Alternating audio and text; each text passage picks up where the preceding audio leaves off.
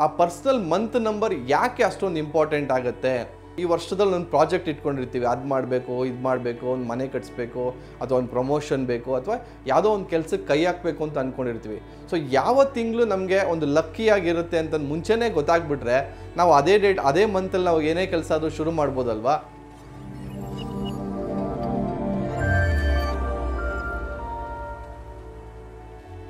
ಅಭಿವೃದ್ಧಿ life style ವೀಕ್ಷಕರಿಗೆ ಸ್ವಾಗತ. ನಿಮ್ಮ ಡಾಕ್ಟರ್ ದೀಪಕ್ ಗುರುಜಿ ಮಾಡುವ ಪ್ರಣಾಮಗಳು. ಸೊ ಇವಾಗೇನು ಸೀರೀಸ್ ಮಾಡ್ತಾ ಇದ್ದೀವಿ 2024ರಲ್ಲಿ ಯಾರ್ಯಾರ ನಂಬರ್ಗೆ ಯಾವ ರೀತಿ ಇರುತ್ತೆ ಅನ್ನೋ ತಿಳಿಸ್ತಾ ಇದೆ, ಮತ್ತು 1 ರಿಂದ 9 ನಂಬರ್ ಬಗ್ಗೆನೂ ಮಾಹಿತಿನ ಕೊಟ್ಟಿದ್ದೆ. ಸೊ ಇವತ್ತು ಒಂದು ವಿಭಿನ್ನವಾದ ಮಾಹಿತಿನ ಕೊಡ್ತಾ ಇದ್ದೀವಿ. ಸೊ ಕಳೆದ ಸಂಚಿಕೆಯಲ್ಲಿ ಪರ್ಸನಲ್ ಇಯರ್ ನಂಬರ್ ಯಾವ ರೀತಿ ಕ್ಯಾಲ್ಕುಲೇಟ್ ಮಾಡೋದು ಅನ್ನೋದ್ರ ಬಗ್ಗೆ ತಿಳಿಸಿದ್ದೆ. ಸೊ ಯಾರು ಆ ವಿಡಿಯೋ ಇನ್ನೂ ನೋಡಿಲ್ಲ ಅಂತಂದರೆ ಖಂಡಿತವಾಗ್ಲೂ ಫಸ್ಟ್ ಆ ವಿಡಿಯೋನ ನೋಡಿಕೊಂಡು ಆಮೇಲೆ ಈ ವಿಡಿಯೋ ನೋಡೋದಕ್ಕೆ ಬನ್ನಿ, ಯಾಕಂದರೆ ಅದು ಲಿಂಕ್ ಆಗುತ್ತೆ. ಸೊ ಯಾವ ರೀತಿ ಕ್ಯಾಲ್ಕುಲೇಷನ್ ಮಾಡಬೇಕು ಅನ್ನೋ ಒಂದು ಕ್ಲಾರಿಟಿ ಸಿಗುತ್ತೆ ಅಂತ ಕೇಳಕ್ಕೆ ಇಷ್ಟಪಡ್ತೀನಿ ಸ್ನೇಹಿತರೆ. ಸೊ ಇವತ್ತು ಆ ಪರ್ಸನಲ್ ಮಂತ್ ನಂಬರ್ ಯಾಕೆ ಅಷ್ಟೊಂದು ಇಂಪಾರ್ಟೆಂಟ್ ಆಗುತ್ತೆ ನೋಡಿ. ನಾವು ಏನೇನೋ ಈ ವರ್ಷದಲ್ಲಿ ಒಂದು ಪ್ರಾಜೆಕ್ಟ್ ಇಟ್ಕೊಂಡಿರ್ತೀವಿ, ಅದು ಮಾಡಬೇಕು, ಇದು ಮಾಡಬೇಕು, ಒಂದು ಮನೆ ಕಟ್ಸ್ಬೇಕು, ಅಥವಾ ಒಂದು ಪ್ರಮೋಷನ್ ಬೇಕು, ಅಥವಾ ಯಾವುದೋ ಒಂದು ಕೆಲಸಕ್ಕೆ ಕೈ ಹಾಕಬೇಕು ಅಂತ ಅಂದ್ಕೊಂಡಿರ್ತೀವಿ. ಸೊ ಯಾವ ತಿಂಗಳು ನಮಗೆ ಒಂದು ಲಕ್ಕಿಯಾಗಿರುತ್ತೆ ಅಂತ ಮುಂಚೆನೇ ಗೊತ್ತಾಗ್ಬಿಟ್ರೆ ನಾವು ಅದೇ ಡೇಟ್ ಅದೇ ಮಂತಲ್ಲಿ ನಾವು ಏನೇ ಕೆಲಸ ಆದರೂ ಶುರು ಮಾಡ್ಬೋದಲ್ವಾ. ಸೊ ದಟ್ ನಮಗೊಂದು ಅದ್ಭುತವಾದಂಥ ಒಂದು ಸಕ್ಸಸ್ ಸಿಗುತ್ತೆ. ಸೊ ಯಾವುದೇ ಕೆಲಸ ಮಾಡಿದ್ರೂ ಕೂಡ ನಮ್ಗೆ ಹೂವಿನ ಸರ ಆಯ್ತದಂಗೆ ಕೆಲಸ ಆಗಬೇಕು ಅಂತ ನಾನು ಯಾವಾಗಲೂ ಹೇಳ್ತಾ ಇರ್ತೀನಿ. ಸೊ ಪರ್ಸನಲ್ ಮಂತ್ ನಂಬರ್ನ ಯಾವ ರೀತಿ ಕ್ಯಾಲ್ಕುಲೇಟ್ ಮಾಡೋವಂಥದ್ದು.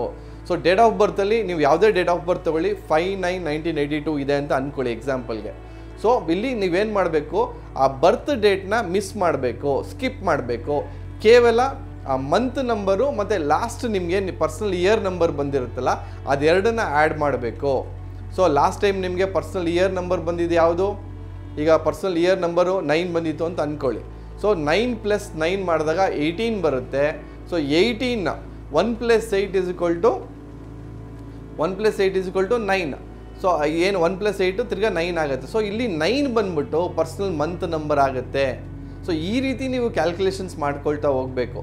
ಅಂದರೆ ನಿಮ್ಮ ಏನು ಪರ್ಸನಲ್ ಮಂತ್ ನಂಬರು ಅಂದರೆ ಮಂತನ್ನ ಕ್ಯಾಲ್ಕುಲೇಟ್ ಮಾಡಬೇಕು. ಮಂತ್ ಆದಮೇಲೆ ಪರ್ಸನಲ್ ಇಯರ್ ನಂಬರ್ ನೀವೇನು ಕ್ಯಾಲ್ಕುಲೇಟ್ ಮಾಡಿದ್ರಲ್ಲ ಅದರ ರಿಸಲ್ಟ್ ಏನು ಬಂದಿತ್ತು ಅದನ್ನು ಆ್ಯಡ್ ಮಾಡ್ಕೊಬೇಕು. ಸೊ ಅದನ್ನು ಆ್ಯಡ್ ಮಾಡಿಕೊಂಡಾಗ ಒಂದು ಮಂತ್ ನಂಬರ್ ಬರುತ್ತೆ ಅಂತ ಅಂದ್ಕೊಳ್ಳಿ. ಈಗ ನಾನು ಇನ್ನೊಂದು ಎಕ್ಸಾಂಪಲ್ ಕೊಟ್ಬಿಡ್ತೀನಿ. ಈಗ ನಿಮಗೆ ಪರ್ಸನಲ್ ಇಯರ್ ನಂಬರ್ 1 ಬಂದಿತ್ತು ಅಂತ ಅಂದ್ಕೊಳ್ಳಿ, ನಿಮ್ಮ ಮಂತ್ ನಂಬರ್ 9 ಇದೆ ಅಂತ ಅಂದ್ಕೊಳ್ಳಿ. ಸೊ 9 + 1 10 ಆಗುತ್ತೆ. ಅದು ಅಗೇನ್ ಸಿಂಗಲ್ ಡಿಜಿಟ್ ಕನ್ವರ್ಟ್ ಮಾಡಿದಾಗ 1 ಬರುತ್ತೆ. ಸೊ ಜನವರಿ ತಿಂಗಳು ನಿಮ್ಮ ಪರ್ಸನಲ್ ಒಂದು ಮಂತ್ ನಂಬರ್ ಆಗುತ್ತೆ. ಅಂದರೆ ಜನವರಿ ತಿಂಗಳು ಮುಂದಿನ ವರ್ಷ ತುಂಬ ಚೆನ್ನಾಗಿರುತ್ತೆ ಅಂತ. ಸೊ ಇದೇನಾಗುತ್ತೆ ಅಂದರೆ ಒಬ್ಬೊಬ್ರಿಗೂ ಕೂಡ ಅವ್ರದ್ದೇ ಆದಂಥ ಒಂದು ಪರ್ಸನಲ್ ಮಂತ್ ನಂಬರ್ ಚೇಂಜ್ ಆಗ್ತಾ ಹೋಗುತ್ತೆ. ಸೊ ನಿಮ್ಮ ಅದ್ಭುತವಾಗಿ ನಿಮ್ಮ ಪರ್ಸನಲ್ ಮಂತ್ ನಂಬರ್ ಯಾವ ರೀತಿ ಕ್ಯಾಲ್ಕುಲೇಟ್ ಮಾಡೋದು ಅನ್ನೋದ್ರ ಬಗ್ಗೆ ಮಾಹಿತಿ ಕೊಟ್ಟಿದ್ದೀನಿ. ಸೊ ಸಾಕಷ್ಟು ಜನರೊಂದಿಗೆ ಇದು ಶೇರ್ ಮಾಡಿ, ಯಾಕಂದರೆ ತುಂಬ ಇಂಪಾರ್ಟೆಂಟ್ ಆಗುತ್ತೆ. ನಾವು ಯಾವುದೇ ವಿಷಯ ಮಾಡಬೇಕಾದ್ರೂ ಕೆಲಸ ಮಾಡಬೇಕಾದ್ರೂ ಕೂಡ ಯಾವ ತಿಂಗಳು ನಮ್ಮ ಕೈ ಹಾಕಿದ್ರೆ ಒಳ್ಳೇದಾಗುತ್ತೆ ಅನ್ನೋದು ನಮ್ಮ ಮುಂಚೆನೇ ಒಂದು ಗೊತ್ತಾಗ್ಬಿಟ್ರೆ, ಒಂದು ಇನ್ಫಾರ್ಮೇಷನ್ ಗೊತ್ತಾಗ್ಬಿಟ್ರೆ ನಾವೆಲ್ಲೋ ಒಂದು ಎಡವೋದು ತಪ್ಪುತ್ತೆ. ಸೊ ಯಾವುದೋ ಟೈಮಲ್ಲಿ ಕೈ ಹಾಕೋದಕ್ಕಿಂತನೂ ನನಗೆ ಯಾವ ತಿಂಗಳು ಸೂಟ್ ಆಗುತ್ತೆ ಅನ್ನೋದು ಮುಂಚೆನೇ ಗೊತ್ತಾದಾಗ ಸೊ ಆ ತಿಂಗಳು ಮಾಡಿಕೊಂಡು ನಮಗೆಲ್ಲ ಕೆಲಸವನ್ನು ಸಿದ್ಧಿ ಮಾಡ್ಕೊಬೋದು ಅಂತ ಹೇಳಕ್ಕೆ ಇಷ್ಟಪಡ್ತೀನಿ. ಸೊ ಸಾಕಷ್ಟು ಜನರಿಗೆ ಮಾಹಿತಿಗಳನ್ನ ಶೇರ್ ಮಾಡ್ತಾ ಬನ್ನಿ ಅಂತ ಹೇಳ್ತಾ ಇವತ್ತಿನ ಸಂಚಿಕೆ ಮುಗಿಸ್ತಾ ಸ್ನೇಹಿತರೆ ವಂದನೆಗಳು.